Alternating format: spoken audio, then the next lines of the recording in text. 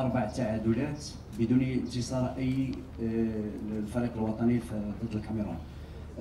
كيف اعددتم ذهنيا العناصر الوطنيه، خاصه انه غادي يكون ضغط على العناصر الوطنيه خاصه من الاعلام، لا الاعلام المغربي ولا الاعلام الدولي، خاصه انه غادي يكون حافز البحث على اول انتصار على المنتخب الكاميروني؟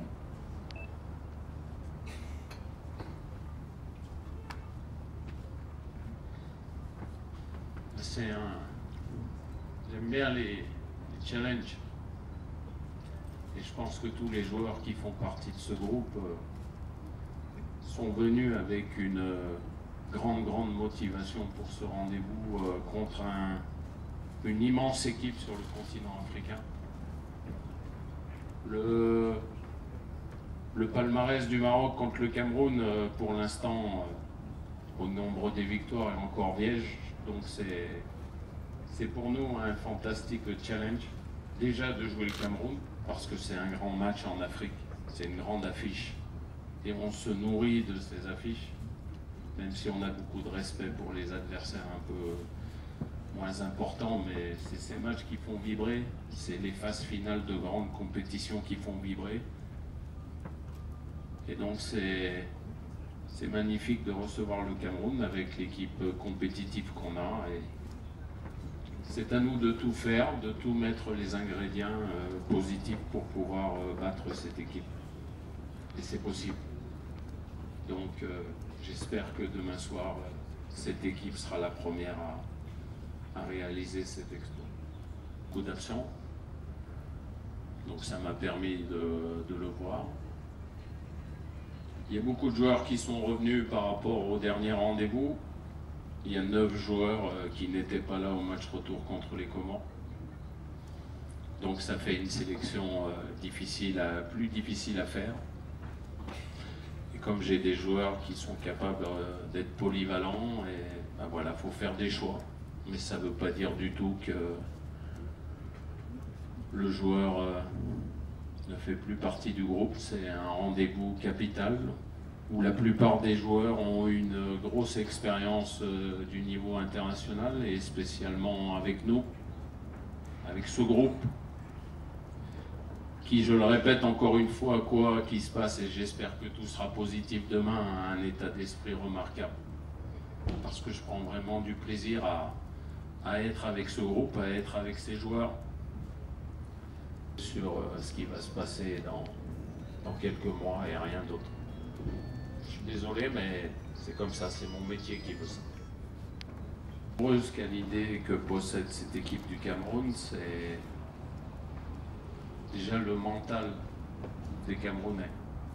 C'est-à-dire quand une équipe camerounaise va n'importe où, en Afrique ou dans le monde, elle a peur de personne. Ça, c'est leur première force, le mental. Leur deuxième énorme force que nombre de pays en Afrique n'ont pas, c'est leur puissance athlétique. Donc sans vous faire de grandes révélations, pour contrer cette puissance athlétique et cet énorme mental, il va falloir que mentalement on soit aussi fort qu'eux et que techniquement on soit très bon. Parce que je ne pense pas que dans ce domaine du combat physique, on puisse rivaliser avec ces joueurs-là. Donc il va falloir aller chercher autre chose. On en a les qualités, maintenant c'est bien beau de le dire, mais demain il va falloir le traduire. Et aujourd'hui, hier, quelle est la donne qui a changé depuis la première convocation du Malawi jusqu'à présent, sachant que Benatia n'a pas eu sa place de titulaire à la Juventus? Merci. Bonsoir à toutes, bonsoir à tous. Vous n'avez pas regardé le match contre le Milan AC? Ah, je plaisante, je vous taquine. C'est très simple. Vous avez eu une discussion, comme je vous ai expliqué, avec Mehdi, du fait, il vous l'expliquera lui-même, du recrutement de Bonucci. Il y a beaucoup de défenseurs centraux à la Juventus de Turin. mais il a eu des garanties comme quoi il aurait du temps de jeu. Sur les 12 matchs de championnat, il en a fait 4 titulaires. J'ai eu la chance d'aller le voir en Champions League également contre les Young Boys de Berne. Donc voilà, il a un temps de jeu qui est réparti entre...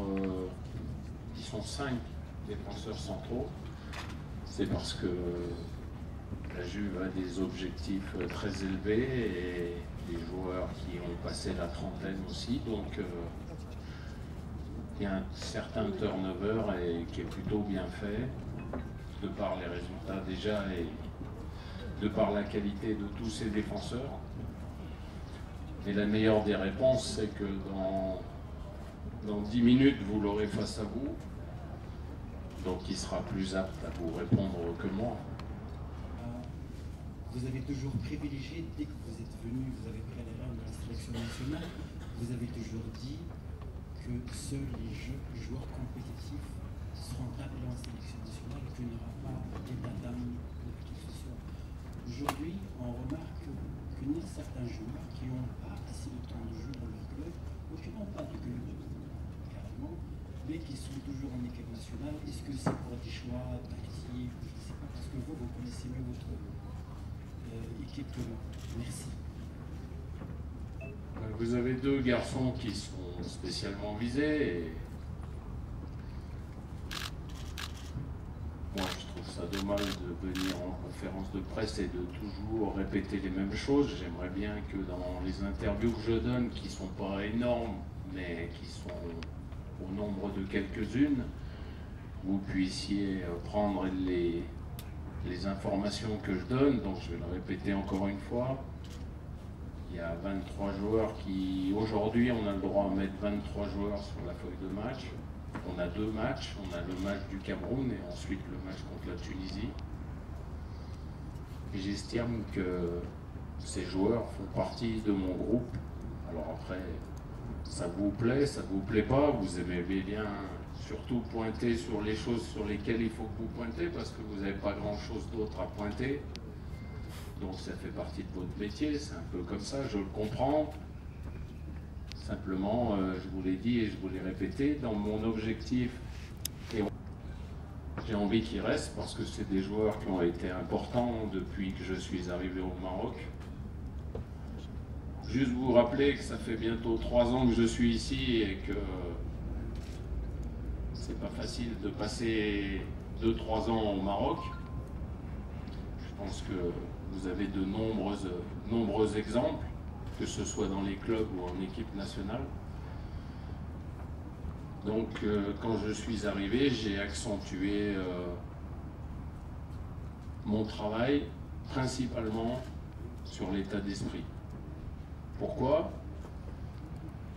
Parce que je pense que durant la dernière décennie, si vous n'avez pas assez eu de bons résultats, c'est parce que votre état d'esprit n'était pas assez bon et ce n'est pas la qualité de vos joueurs. Jusqu'à présent, puisqu'il faut que je me justifie contre les mauvaises langues ou ceux qui font un peu exprès, je suis arrivé, on était 81e mondial, on est 47e mondial. On s'est qualifié 13 ans après pour un quart de finale de la Coupe d'Afrique. Et on s'est qualifié pour une Coupe du Monde 20 ans après la dernière que le Maroc ait joué. Donc si vous pensiez avoir un meilleur bilan que ça, pour l'instant c'est pas trop mal. Le prochain grand objectif, c'est la Coupe d'Afrique 2019.